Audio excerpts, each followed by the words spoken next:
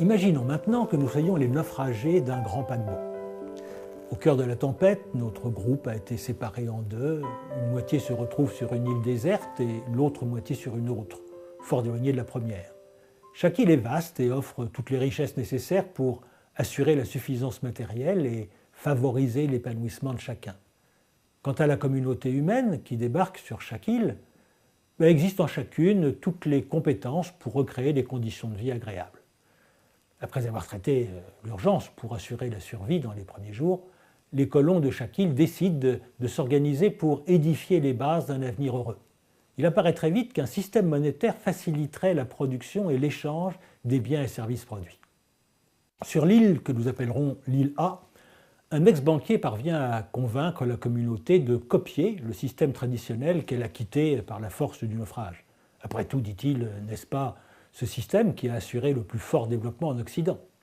En revanche, sur l'île B, après un long débat, il fut décidé qu'un organisme d'émission monétaire collectif serait créé, mandaté et contrôlé par une double assemblée citoyenne, une élue et l'autre tirée au sort à mandat court et non renouvelable.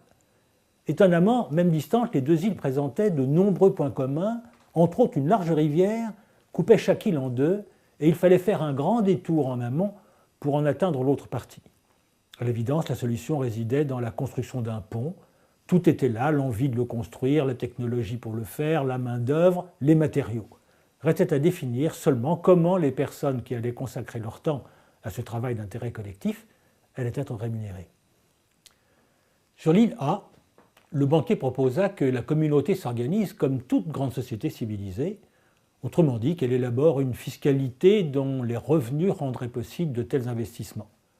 Cela s'imposait d'autant plus, précisa-t-il, que, au-delà de la construction du pont, allait se poser aussi la question des communications, de l'éducation, de la santé, bref, des besoins d'utilité commune. Et l'addition s'annonçait lourde. Devant l'inquiétude grandissante de la population, le banquier se voulut rassurant. « Oh, tranquillisez-vous, leur dit-il, si vous n'avez pas les moyens de me rembourser le capital, je vous demanderai le paiement seulement de l'intérêt jusqu'à ce que vous soyez en mesure de me rembourser le principal. » Un peu à reculons, les colons acceptèrent toutefois parce qu'ils ne voyaient absolument pas comment faire autrement.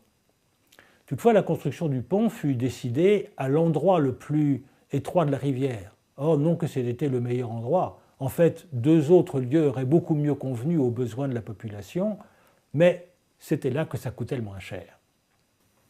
Sur l'île B, un débat fut instauré pour vérifier en premier si un pont était réellement la meilleure réponse aux problèmes qui se posaient, puis quel genre de pont, et l'endroit qui convenait le mieux pour répondre aux besoins de la population avec le moindre empreinte écologique.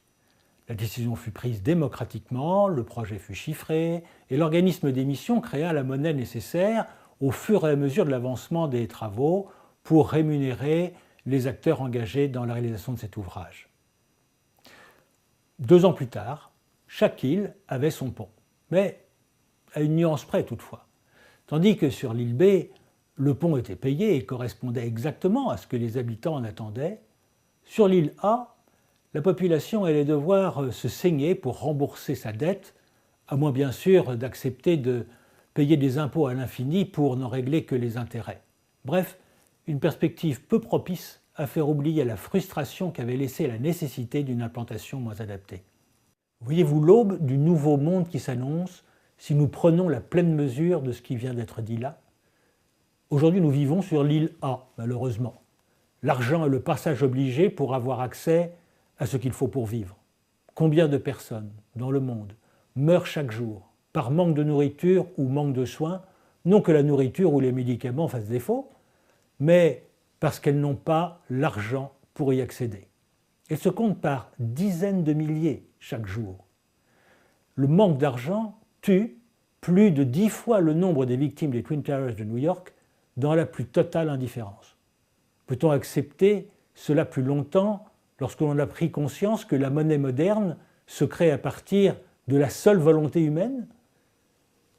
Que ressentiriez-vous si vous deviez accepter de laisser votre enfant mourir au seul prétexte que vous n'avez pas l'argent pour le faire soigner?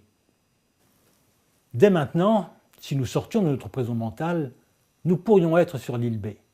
il suffirait de renverser le modèle. Au lieu que l'argent détermine ce que l'on peut ou que l'on ne peut pas faire, que ce soit ce que l'on décide humainement possible et juste de faire qui détermine la quantité d'argent à mettre en circulation. Tout est prêt pour cela. En ayant libéré la monnaie de l'or, on l'a libérée de la fausse valeur que l'or lui conférait et on l'a libérée de la rareté à laquelle l'or la condamnait. En ayant libéré la monnaie de l'or, on s'est donné la possibilité d'ajuster beaucoup plus finement la quantité de monnaie en circulation avec les besoins réels des peuples.